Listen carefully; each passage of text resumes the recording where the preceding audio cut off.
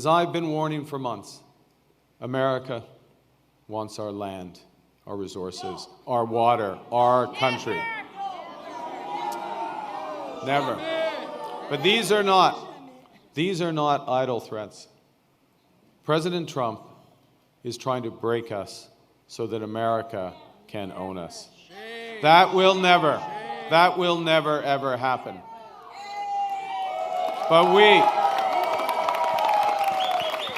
But we also must recognize the reality that our world has fundamentally changed.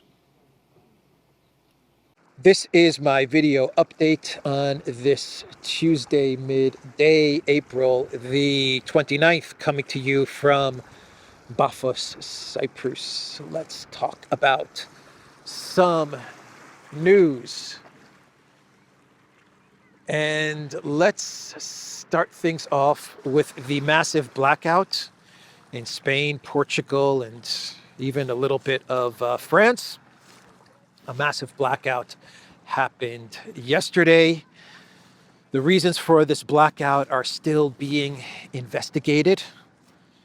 But at first, when this blackout started, the authorities were saying that this was some atmospheric phenomenon. That's what they were saying. An atmospheric phenomenon has caused this huge electricity crash in pretty much all of Spain and Portugal and even a little bit of France. Zero Hedge, their article reads, 6 days after celebrating 100% renewable power, Spain blames rare atmospheric phenomenon for nation's largest blackout in history. That's right, a rare atmospheric phenomenon. That's what caused this blackout. No. It was not a rare atmospheric phenomenon. After reading many articles on this blackout, and I'm no electricity expert, but the articles that I've read, the analysis that I've read, they are saying that the blackout was caused on an over dependency on renewable and sustainable electricity sources. That is what I understood from reading many articles from experts. Michael Schellenberger, he put out an article on Substack with the title "Over-Reliance on Renewables Behind Catastrophic Blackouts in Spain. Excess solar resulted in too little inertia, making the whole system vulnerable." And in this Substack post from Schellenberger, he actually says that we were very close to having a huge collapse in the entire electricity grid in all of Europe. So sustainable, renewable energy. that's what caused this electricity meltdown. Yeah, and Spain was celebrating the fact that they went 100% renewable energy for the first time during the last weekend. Spain's national grid operated entirely on renewable energy for the first time during a weekday, not a weekend. So 6 days ago, Spain was celebrating, and then the entire system collapsed in a big way. You know, Cyprus is trying to connect its electricity grid to Greece, and they're doing this with underwater cables and stuff. And it's all part of an EU initiative to centralize all of the electricity.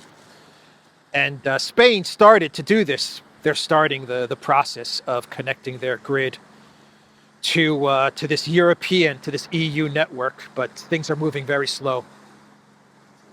So sometime in the future, if the EU gets its way, which it will, the electricity grid will be completely connected in Europe and centralized under the control of Ursula. Ursula is going to control whether you get electricity or not. We've got tools.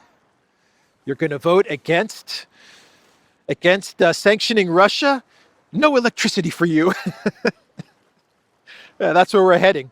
I mean, I've read analysis which says that if Spain was further integrated into the EU's grid, then this blackout would not have happened. But then I've read other analysis which says that if Spain was further integrated into the EU's grid, then what we would have had is a complete, 100% complete collapse in all of Europe's electricity, a complete blackout throughout all of Europe if Spain was further integrated into the EU network. Anyway, that's the blackout that happened in Spain and Portugal. And from what I understand, the electricity is back up in all of these countries that had this blackout. Brussels said that Spain and Portugal are an electricity island. They're their own little island, and they need to further integrate into the European Union grid. They can no longer remain an electricity island. No electricity for you, tatters. Oh man. Let's see. End the X account of, one second, where is it? I know I had it bookmarked. End Wokeness. There it is. End Wokeness posted, congratulations to Spain and Portugal on achieving net zero ahead of schedule. Yep, they did do that. We experienced net zero for a day in Spain and Portugal. So let's talk about the other big story for the day, which is the elections in Canada. And as I was saying in my video update yesterday, the Liberal Party, they won the elections. Mark Carney will be the Prime Minister of Canada. From what I understand, he was the interim Prime Minister. Now he will officially become the Prime Minister of Canada. It was not a convincing win. It was not a rout, not a landslide, not by any means. From what I understand, this is a very weak victory for the Liberals. A victory, yes, but a weak victory for the Liberal Party. For all the talk of the Conservatives failing tonight, the bigger story should be that Mark Carney will enter with arguably the weakest Liberal government in Canadian history. Not even the NDP and the Greens combined are enough to give the Liberals a majority.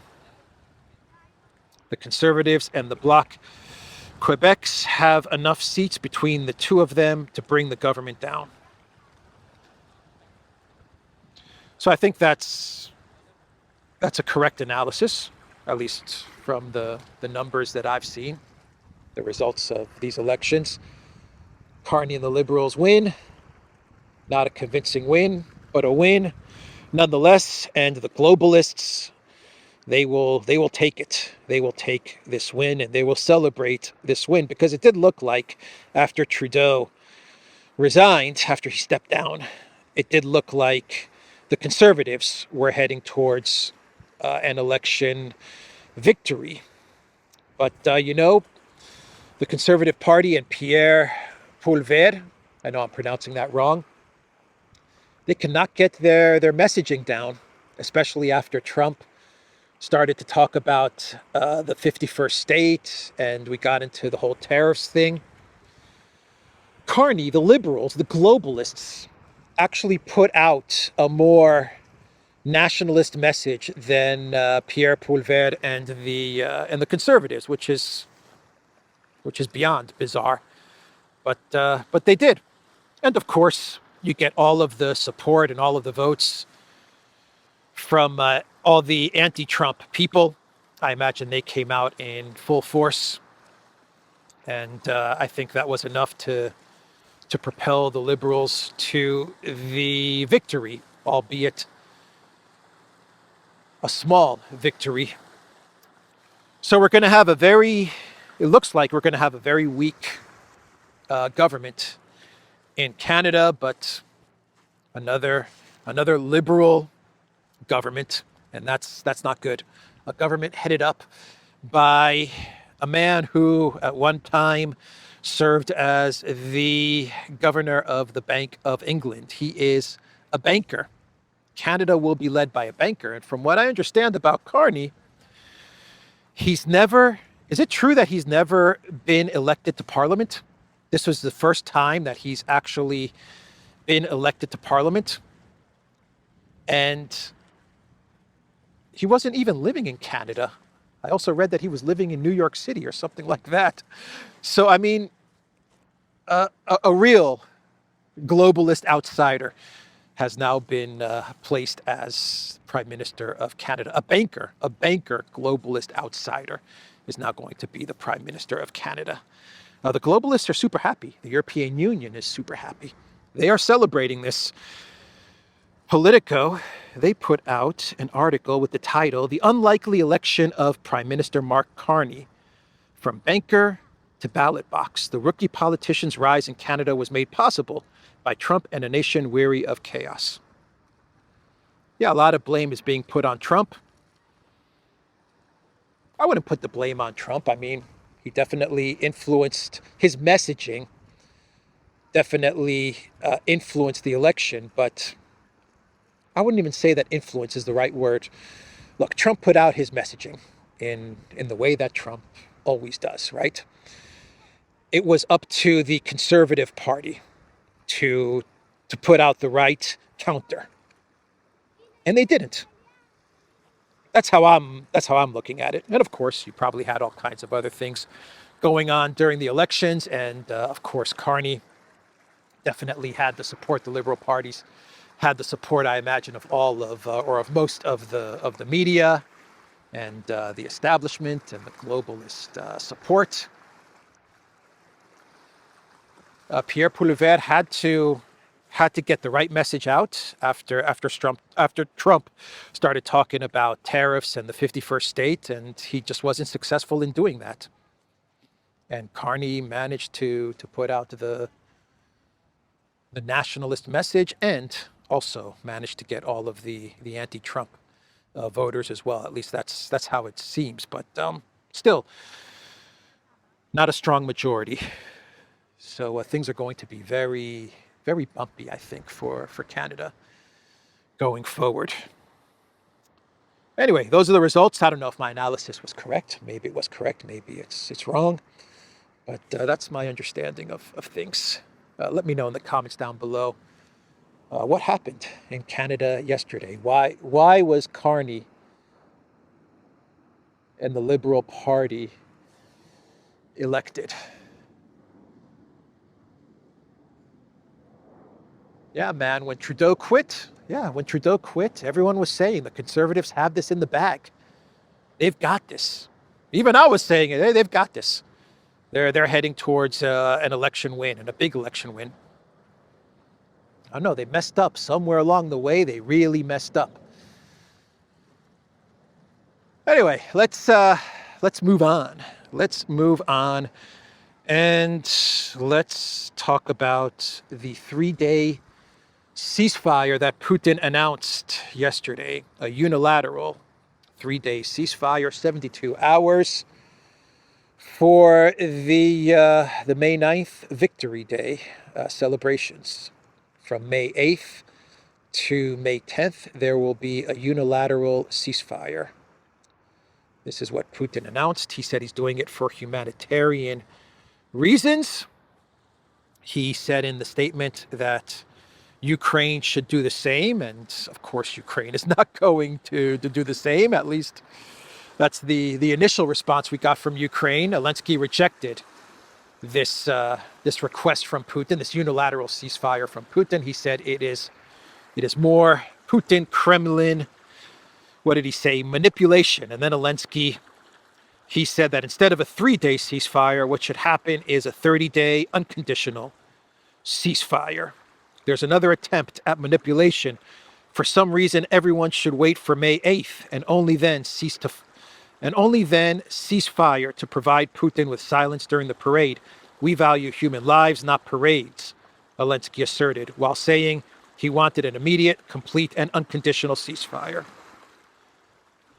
The Ukrainian foreign minister, the guy that no one knows his name, he said that that there should be a 30-day unconditional ceasefire, and now all of the collective West and the EU leaders, they are saying the same thing. This is some sort of trick, some sort of game.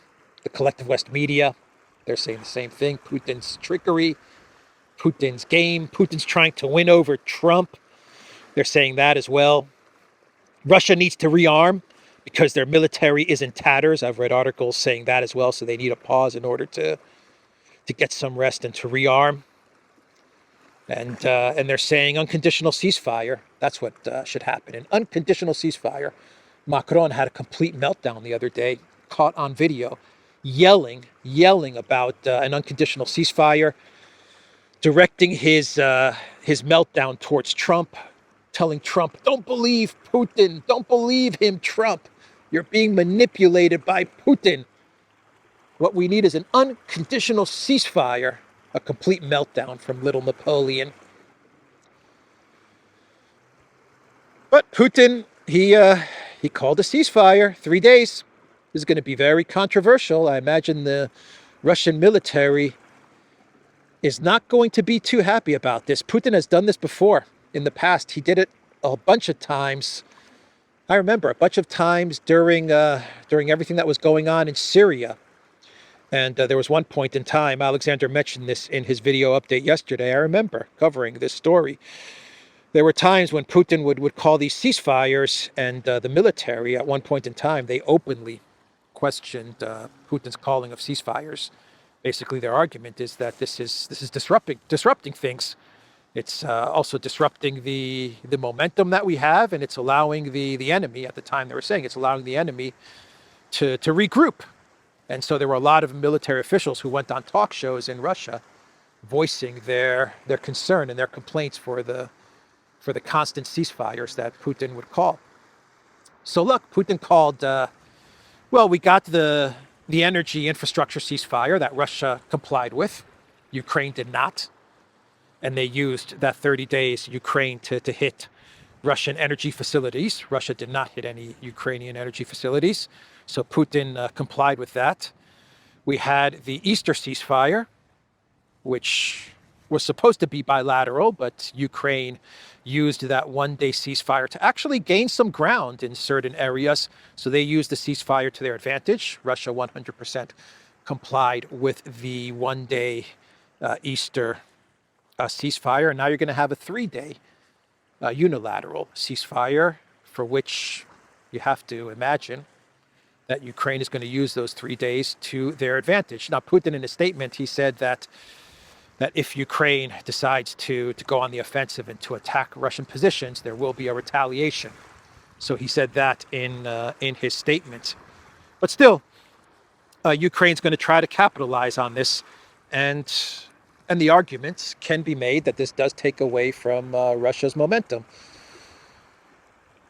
Of course, it gives the Russian military time to rest, which I imagine will be very welcome and needed.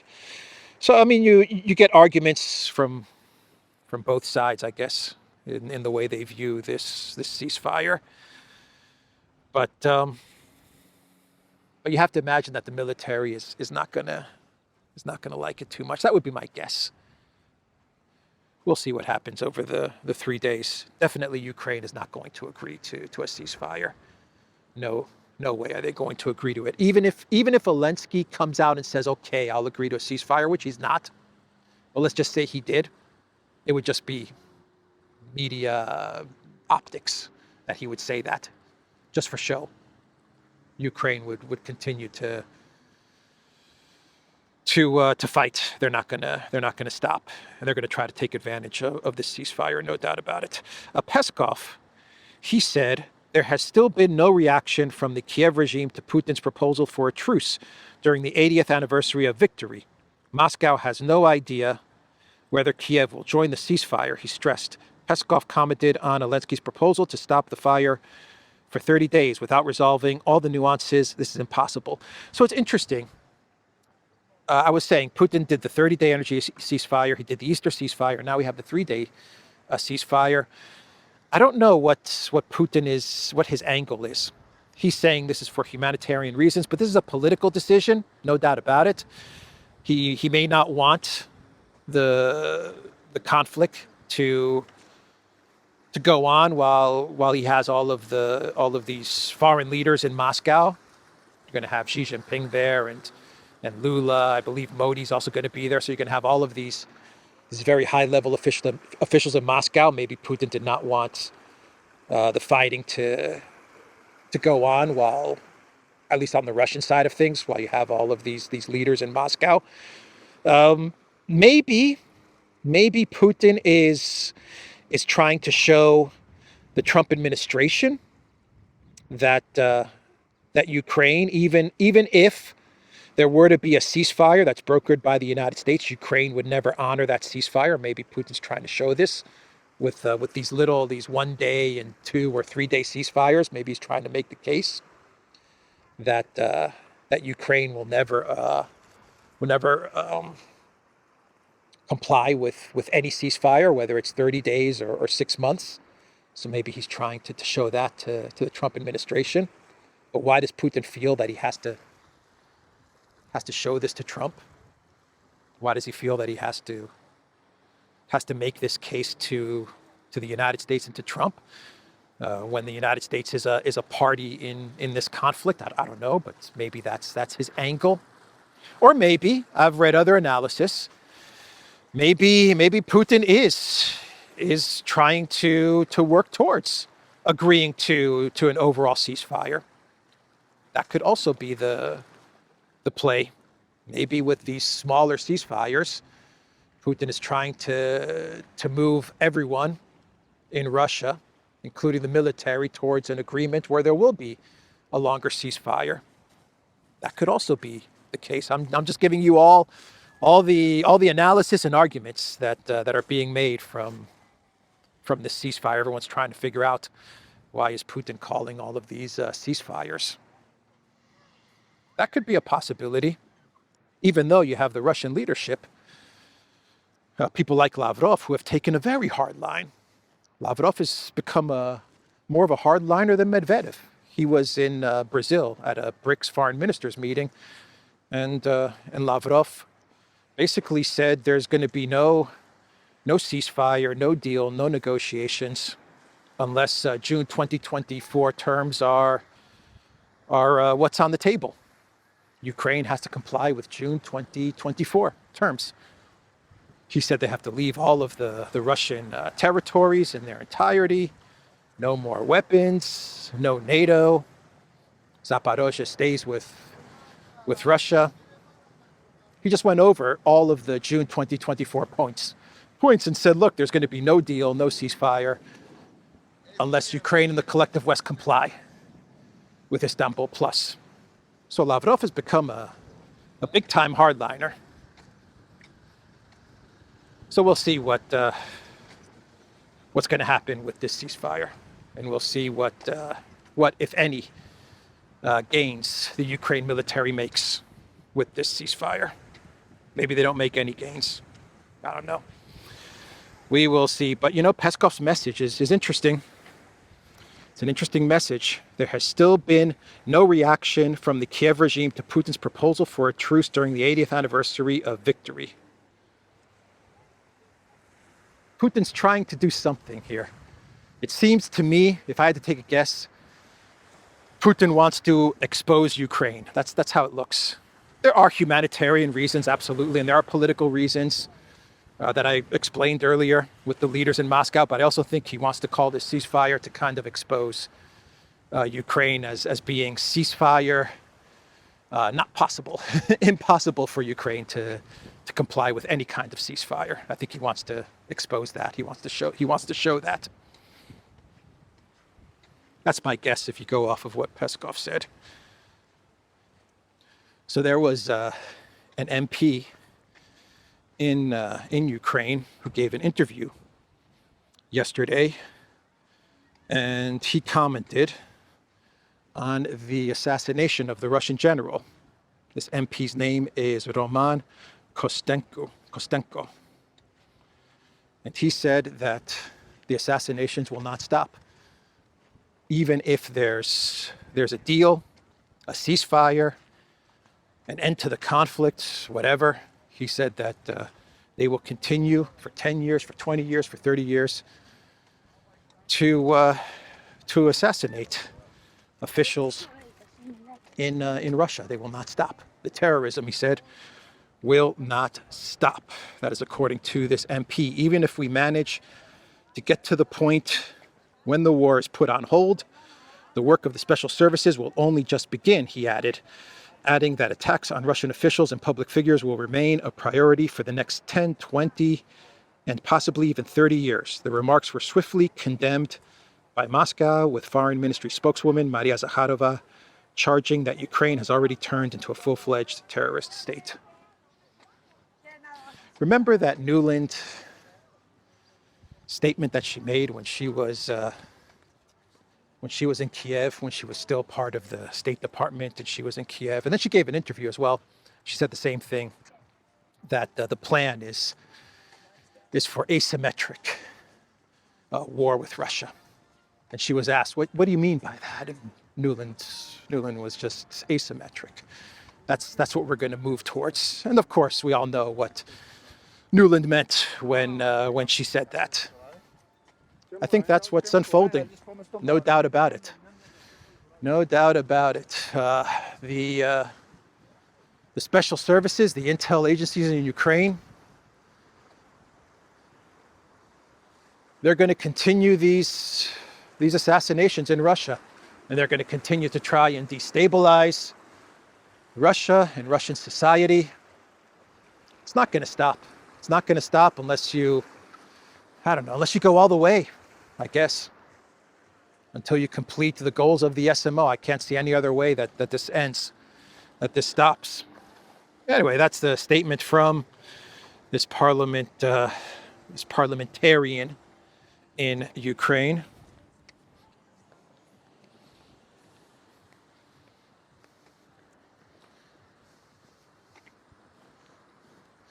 All right, let's move on.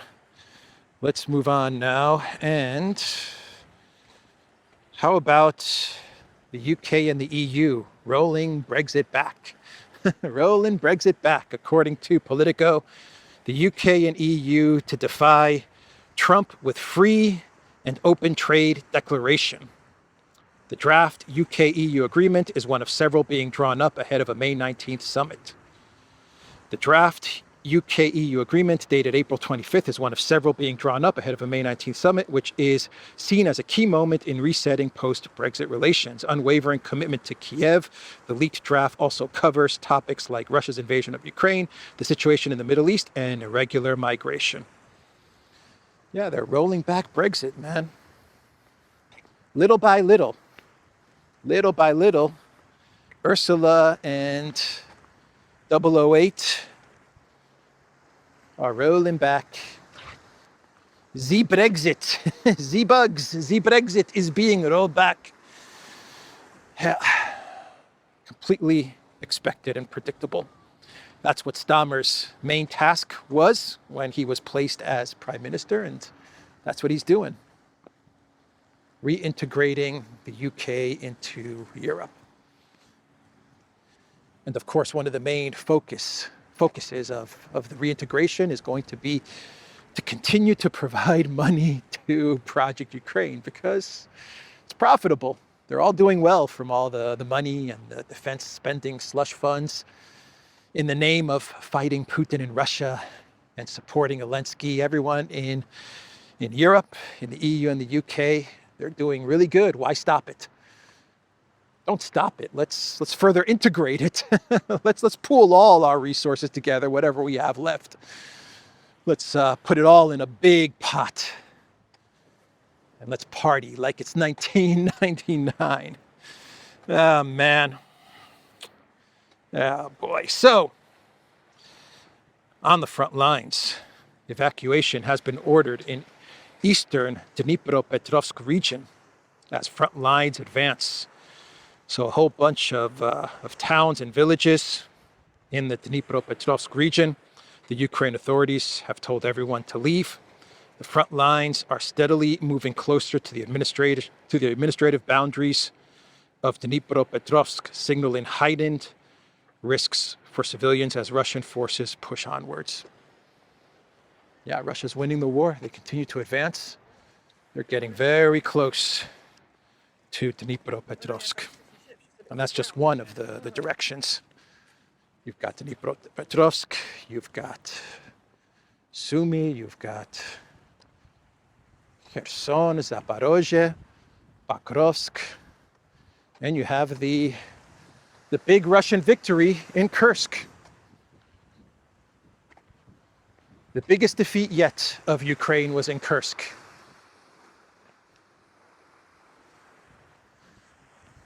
So on the front lines, things continue to look really, really bad for Ukraine, hence the unconditional 30-day ceasefire that they are pushing for. Vance was on, Vice President Vance, he was on Charlie Kirk's podcast, or he called in. I think he called into Charlie Kirk's podcast. And he said Ukraine won't win. That's what he said.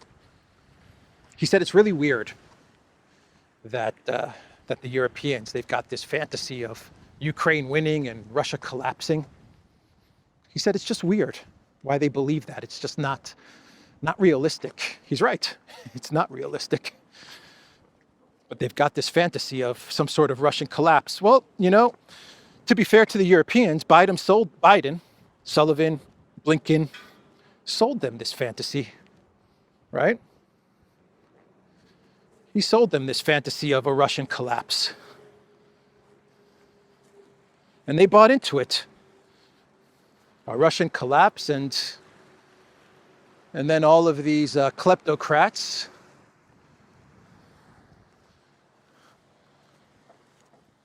will be able to plunder Russia and all of its resources. That was the dream, the vision that the Biden administration sold to all of the EU leaders, and they all fell for it. All of them. They all fell for it. At least for the first 3 months. And then once the big sanctions attack failed, then some European leaders started to say, okay, this is not going to work out. Not many, some, a couple said this is not going to work out as Biden promised us. So what did Vance say? He said, if this doesn't stop, the Ukrainians aren't winning the war. Vance said, I think there's this weird idea among the mainstream media that if this thing goes on for just another few years, the Russians will collapse. The Ukrainians will take that territory back and everything will go back to the way that it was before the war. That is not the reality that we live in. Definitely weird. Weird that they trusted Biden. That's what I would say. Why would you believe anything coming out of the Biden administration? You have to be pretty dumb to have gone along with Biden and his administration. I mean, let's be real. If I was one of the EU leaders and the Biden team was telling me about their plan to crush Russia, I would have said, man, no way, man. I'm not going along with this bozo. No way, man. This guy's loco. This guy's demented, man. Anyway, all right. David Sachs, he actually put out a post on X. 1 second, let me get it. Where someone on X posted, Elensky to Americans, we are fighting for your rights and values, just as for your own. This was some sort of Elensky interview, and Elensky started talking about how Ukraine is fighting for values and democracy. Right, Elensky. Anyway, his usual shtick, fighting for human rights and democracy and values, those values, that's what Ukraine is fighting for. Ukraine is fighting for the West. So in this interview, that's what Elensky was saying, and David Sachs put out a reply to the interview saying, Russians are not our enemy. We shouldn't be helping to kill them. 100% spot on. So look, you have Sachs, you have Vance, I'm sure you could say Tulsi Gabbard as well. So there are people in the Trump administration, of course, Witkoff, who are definitely trying to get out of this mess, without a doubt. And you know what? They want to do business with Russia. They want a rapprochement. They want a normalization. What is that cat doing? What are you doing, my friend? Yeah, we got you on video. We got you on video. What are you up to?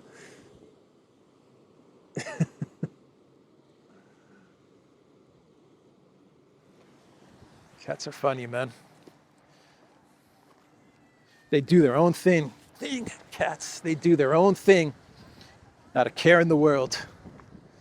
They do what they want, when they want.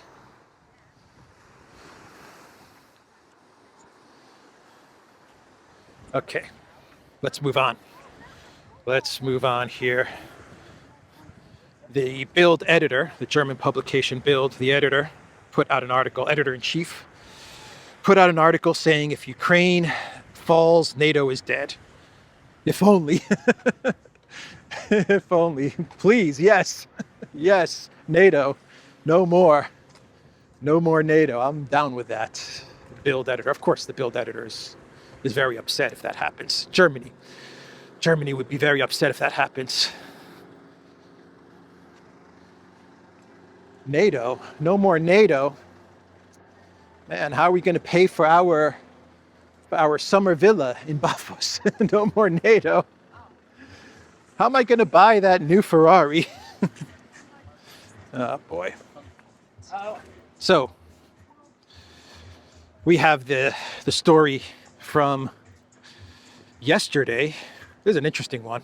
A lot of people are talking about this, about the F18 that was on I believe on the aircraft carrier, the Truman, if I'm not mistaken.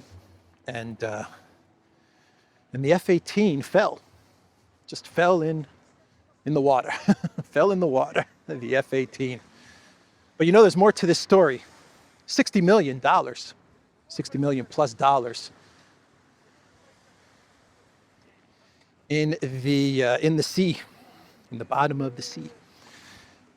But the real story here is not that this aircraft fell off of an aircraft carrier. It's that the reason it fell was because the Houthis, their missiles are getting very close to U.S. aircraft carriers. And according to CNN, the aircraft carrier had to make a sharp turn, and the fighter jet was not properly parked or secured, whatever, and it ended up falling. So the Houthis are pretty damn effective. This is proving to be very, very difficult for the Trump administration, the Houthis. They thought it was going to be an easy walk in the park. It's not. And the Houthis are showing that they are quite effective and quite disruptive, and this is embarrassing. It's costing the U.S. money. They're losing a fighter jet, and it's embarrassing, man. And why the U.S. is even there doing what they're doing against Yemen, we still don't really have a proper explanation. And I've said this many times. There still is no real proper explanation as to why the U.S. is involved with these attacks in Yemen. Not what the American voter voted for. Anyway, all right. Let's do a quick clown world. We can wrap this video up. And there was a story about, well, let's see if I can go this way, about Greece being forced by the United States to provide patriots to the Elensky regime, and it was on a newspaper called Kathimerini. I looked everywhere for that story, couldn't find it. I think this is fake news. It was started by Strana. the Ukrainian publications, Duran. I think they were the ones that pushed out this story. But I looked everywhere for it, for the link, couldn't find it. Sounds very weird that the Trump administration, that the United States is pressuring Greece to give up their patriots. I don't see that one as being true. But who knows? Maybe the story is somewhere. Maybe I missed it, but I looked everywhere for that story on Kathimerini, on the Greek version, on Kathimerini, the English version, couldn't find it. So the Atlantic, they interviewed Trump. Why Trump does these interviews, I don't know. Why he is doing an interview with a very hostile Atlantic, don't know, but he did it. And the Atlantic, they ran with the title, "I run the country and the world. Donald Trump believes he's invincible, but the cracks are beginning to show." I am invincible. Remember GoldenEye? In GoldenEye, when the programmer, that programmer guy, he had his pen or whatever, and some sort of bomb was triggered by that pen, by clicking the pen, and everything blew up. And he was saying, "I'm invincible," and then everything blows up. That's what this title reminds me of. I'm invincible. Anyway. Trump and the Atlantic. So the Atlantic, from what I understand, and I can't confirm this, but there are other reports on X saying that the Atlantic, at first they had a title, "Donald Trump is enjoying this. The president explains how he plans to change America forever." And then they decided to scrap that title and go with the title, "I run the country and the world.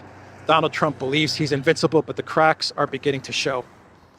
So they had a pretty favorable, neutral title at first. And then they said, nah, we're the Atlantic. We hate Trump. Let's run with the "I'm invincible" title. Why he gives those interviews, I don't know. Anyway, that's the clown world, theduran.locals.com. We are on Rumble, ODYSEE, BitChute, Telegram, Rockfit, and X. Go to the Duran shop, pick up some merch, like what I am wearing in this video. Update, 15% off. Use the code SPRING15 in the description box down below. Take care.